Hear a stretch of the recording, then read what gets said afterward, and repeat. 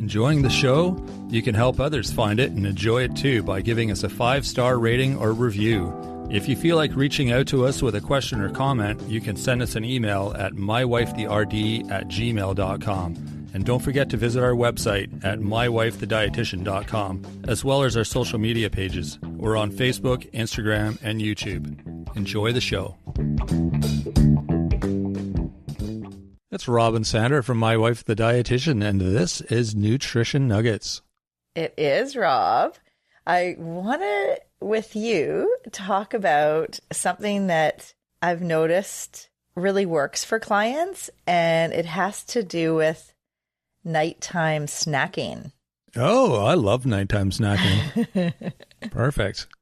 Well, this is about how to try to leave 3 hours before bed after eating. It sounds like that swimming rule when we were kids, like you couldn't go in the water for an hour after you ate lunch, and your parents would get cramps. Your parents would time you, and they said, no, it's 50 minutes. You still got another 10 minutes. And I'd be sitting on the beach going, I don't get, what's going to happen in 10 minutes that hasn't already happened? I didn't understand that rule. I think it was just some weird made up thing it's like buy parents an hour so they don't have to watch you in the water after their meal. Well, if you think about where the blood flows when you're digesting food, I guess, yeah, there's some, but 50 minutes versus 60 minutes. Do you think there's a huge difference? I can understand, I just gobble down a big meal and jump in the pool. Yeah, maybe that would be an issue. But anyway, we're getting off track here. Let's talk about your topic. Well, the 3-hour gap before bed after eating. So there's four reasons why. I was going to say it's probably the same reason, because your blood is digesting, and this is to give you a better night's sleep. Is that the reason? That's one of the benefits of the 4. Okay. But yeah, there's 4 benefits. And just like you said, when you're digesting food, it actually requires lots of energy and it raises your core body temperature. And so it actually affects your quality of sleep. Okay. So it can disrupt the melatonin production and interfere with falling or staying asleep. Yeah, I've definitely noticed that over the years. It's, when I stay up later and I'm eating, I don't sleep as well. I never realized it was from the food, though. I thought I was just going to bed too late, but... Well, it could be, all these combinations of factors, right? Yeah. But I often say to people, when they wake up in the morning, your day is... It's dependent on what you do in the morning, right? You're preparing your body for a good night's sleep for that night. But starting as soon as you wake up. Yeah. Right. So your daily habits really impact how you sleep, and how you sleep can impact your daily habits. It's all related. We're all one big system, right? Mm-hmm. We did a great episode 16, called Sleep Problems More Than Just Caffeine. Mm-hmm. And so people can refer back to that one. We'll put it in the show notes, all about helping with ways to improve sleep quality. And one of the ideas is to, around 3 hours, give yourself, if you've eaten your meal. And what I see with clients, people that tend to eat after dinner, or they're eating later at night and then going to bed, they might run into problems like heartburn, struggling with weight. They just cannot drop the weight, sleep problems.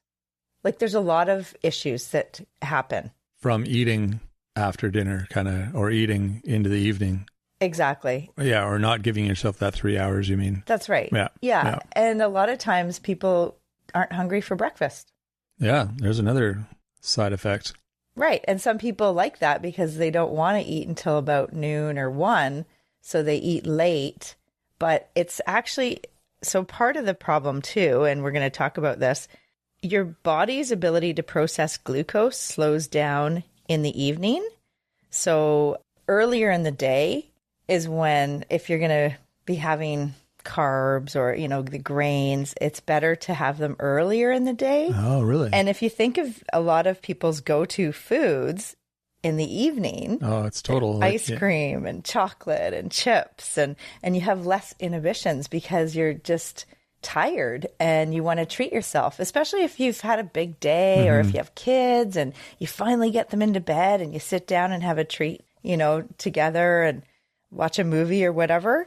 But, this can be a vicious cycle. And if you leave that 3-hour gap before bed after eating, it actually really helps with supporting your metabolism. We talked all about metabolism with Planos Nutrition Andres Aesta last week.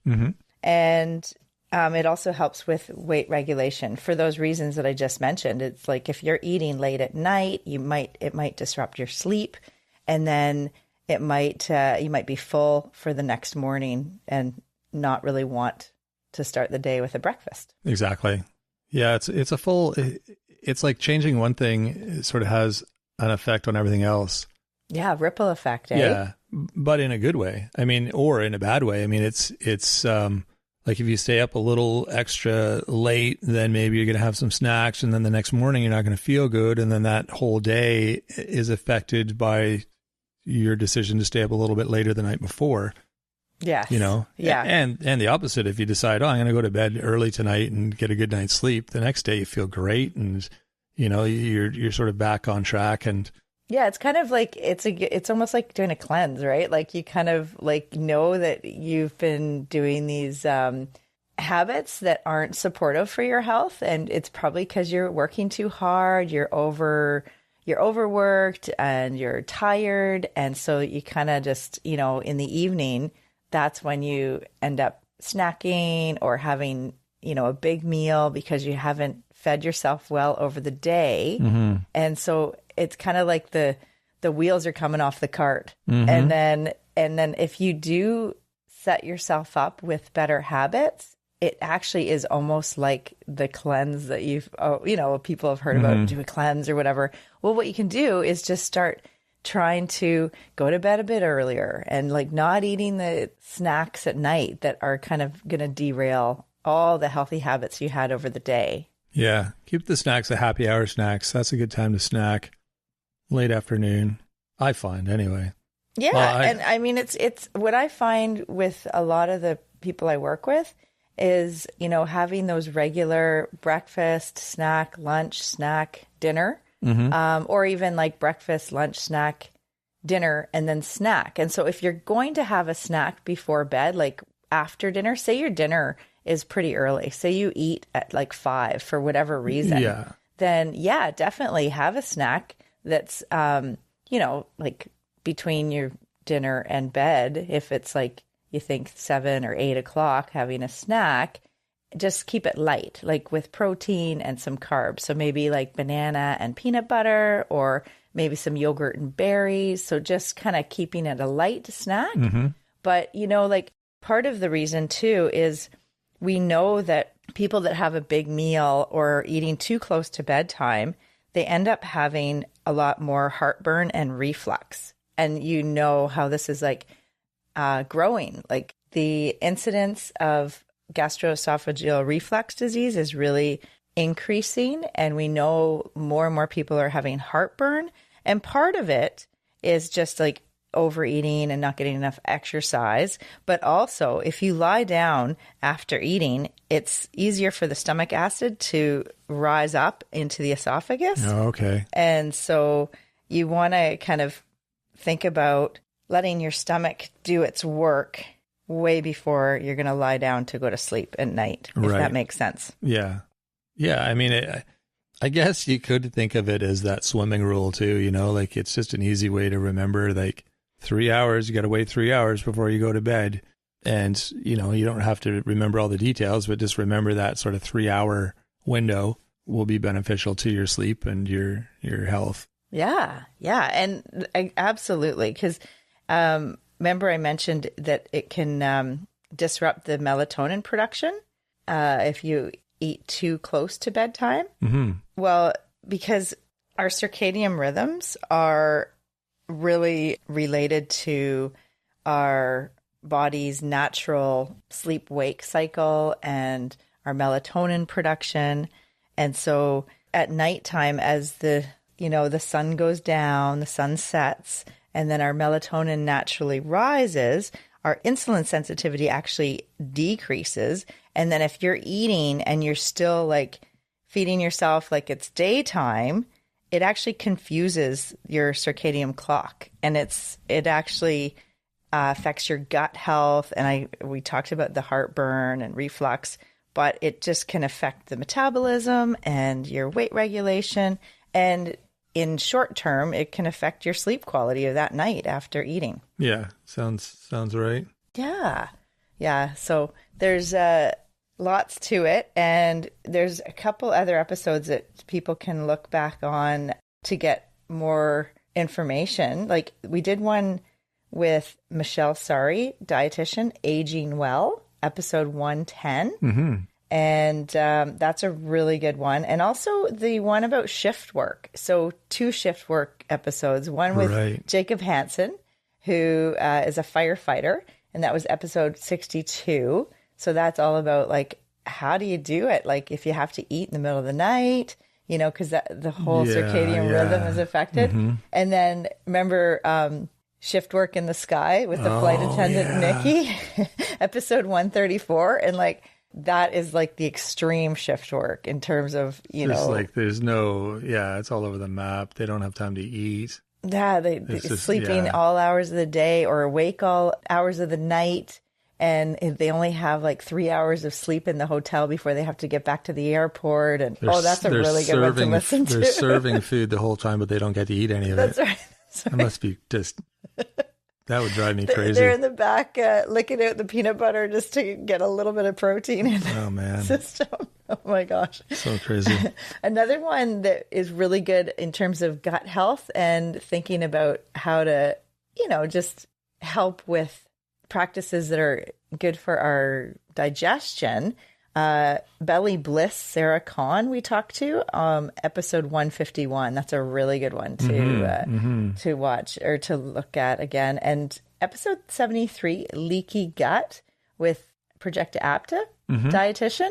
So that was good. Also all about how we can support our gut health so that we have better sleep. We can help our metabolism and definitely reducing heartburn and leaky gut, and also just feeling better and having a more natural circadian rhythm that supports our health. Yeah, it makes a difference when you can get into that routine where you feel like you're kind of dialed in, like you're not dragging your heels in the morning. You're not having like crazy, blood sugar spikes. You've got energy all day.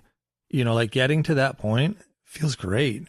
And it's just a matter of tweaking a few things. And maybe it's not eating at night. Maybe it's going to bed a bit earlier. Maybe it's eating breakfast. There's a few things that you can do. Like you don't have to be like that all the time. So many people think that that's just how they are wired and they have to be like that. You mean the feeling of sluggishness? Yeah, or whatever the symptom, I guess, is. But sometimes it's an easy fix.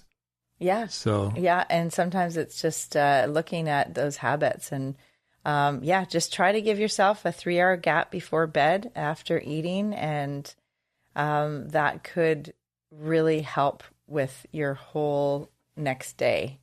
Yeah. There you go. An easy one to start with. Another one that we did talk to Liz Wise, dietitian, episode 117 about blue zones and longevity. And that's all part of it too, is just healthy habits for life. And so that you have better quality in the days that you have left here. The days you've got left. Yeah, nice. Well, you know what I mean. I know what you mean. What's the quote? It's not the years in your life, it's the life in your years. Or something like that. It's not the size of the ship, but the motion of the ocean. Is that the quote you're thinking of? No, what? I don't know. I could rhyme off a whole bunch of quotes. Okay, well, I just meant like the quality of life is really important. And if you're having heartburn, you're not getting good sleep, if you're dealing with feeling sluggish and you can't, lose weight, and all of these things can be possibly impacted by timing of when you're eating. Yeah, exactly. It's like we said, sometimes it's just little things you have to change. So give it a try. let us know if that was the easy button, the magic easy button. A little nutrition nugget for the week here. Exactly. So you want more information, more tips, more great ideas, more of everything, visit our website. It's a wealth of knowledge. There's all sorts of great stuff there. We've got an amazing blog. We've got a newsletter. We've got media articles that Sandra's been a part of. You can send us your questions too. We love answering listener questions. That is mywifetherd@gmail.com. And the website is mywifethedietitian.com. And you can sign up for the newsletter too. You should be able to find a link on the website to sign up for the newsletter. It's a free weekly newsletter. Lots of great tips, recipes, updates, all sorts of different things in the newsletter. So have a look. You can also find us on social media. We're on Facebook, Instagram, and YouTube. Feel free to reach out to us there as well. We love hearing feedback of any kind from our listeners. Just lets us know that we're on the right track. It also helps other people find the show when they read your review or read your comments. It's all a win-win. So if you could do that wherever you're listening, either rate or review or leave a comment on our social media, that's super helpful. Sharing with a friend is also super helpful. Your friend will like it. We like it. Makes you feel good sharing. So that's another win-win-win. So that is it for this week. We will be back next Monday with another full episode. So until then, have a fantastic week, everyone. Thanks for joining us today on My Wife, the Dietitian. If you like what you heard, don't be shy. Leave us a comment or review, and be sure to share our podcast with your friends. If you'd like to hear more, hit that subscribe button. You can also follow us on our social media pages for updates, episode trailers, and other odds and ends. For more info and links on what we discussed on today's episode, check the show notes. We'll be back next week with another informative and fun-filled episode.